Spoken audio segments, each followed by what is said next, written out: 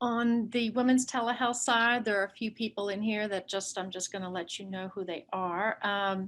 Besides Dr. Patterson and myself, we have an IT person on here, Keaton Mack and Bob Foley. We're going to try to just give you a run through of an actual patient. We have a patient in our Alabama clinic that we have seen before, and they are just finishing up actual images, and they should be available for Dr. Patterson very soon. Obviously, this is a three-way call. Usually there are two ways, where the patient is and where we are, with the physician, wherever they are located, to see the patient. Mrs. Hampton is someone we know. She has graciously consented to do this, and she knows that we are presenting this. This is done live, and that she is going to be part of this demonstration, and she has appropriately signed to do this. So what we are attempting to show you today is exactly how a patient would unfold in any clinic, anywhere, specifically for you in New Mexico, wherever we are located. And so we are in Atlanta. The patient that we're scanning is in Montgomery, Alabama. They do not have any MFMs in Montgomery. So this is all very new, although it's the capital of Alabama. Then obviously all of you where we are located will see how this occurs. So the first thing that we do is the patient comes in, is signed in at this particular location. She signs into the hospital, then comes up to the Maternal Fetal Medicine suite. Our telehealth presenter, and it can be numerous types of people, but in our situation here, she actually is a labor and delivery nurse who thought this was really cool and wanted to join us, and we're thrilled to have her because she knows a lot about things that often patients need follow-up for with someone there locally. She sees the patient, annotates any information that I should get, which is sent to me in a medical record, which I can share with you here in a minute. And so I have all that information before I see the patient. And then I can look at the images. They are called store and forward. They don't always have to be store and forward. We're going to see both today, but they come pretty quickly into my inbox, and I can look at them. I can assess if the patient, the baby has grown. If we are doing growth study, we can look at the anatomy. We can look at the Doppler images of the cord, Doppler images in the head if we need to, obviously assess the fluid or anything we need. And then for instance, say you're doing a heart study for some reason. Mrs. Hampton has had a heart study, and she does know we're going to share this information, and that she has had a heart study because her testing for trisomy 21 came back positive. If we wanted to look at some of the heart images live, for instance, and you will see some of this live today as well, we could do it live as well. So what I'm going to do here in a second is pull up an image. We are going there first. So this is, and as we've said, and we start out and we obviously look at her cervix and the position of the baby. And then we proceed through. You can see that the placenta sits right over the cervix. It is definitely a previa, and it isn't going to go away at this stage. It is a posterior previa. You can see, for instance, here's the bladder. You can see the placenta here. We look at the fluid,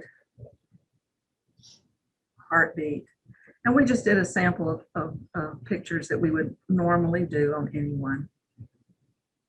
Three-vessel cord, blood flow through the cord. Look at both arteries.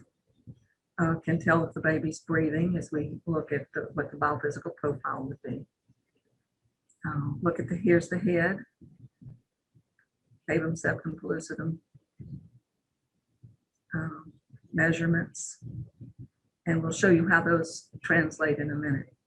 And all modern machines really are DICOM compatible and have DICOM structured reporting, so to get measurements pretty accurately and quickly are easy. Stomach, abdomen, right outflow and left outflow tracts of the heart. which obviously in this child is important. 4-chamber. There you see the diaphragm and the short axis view.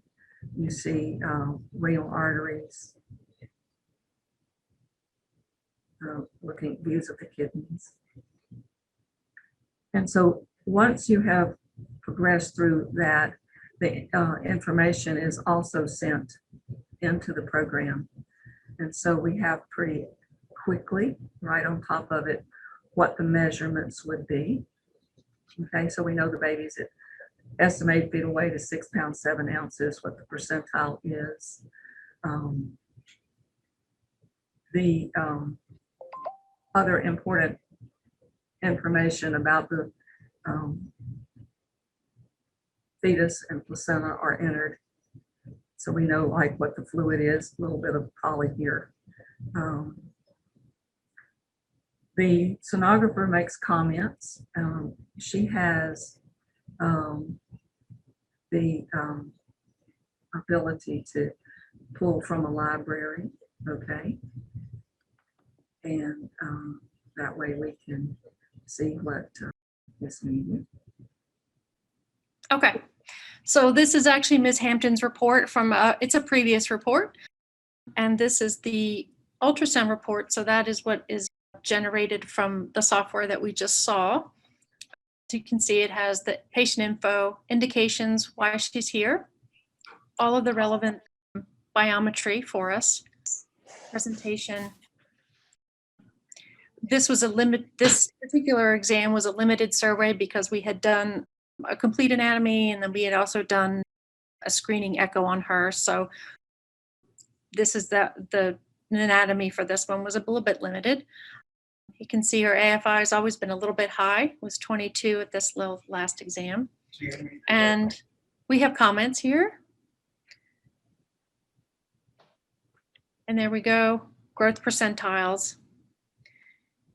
And I have a consult note too.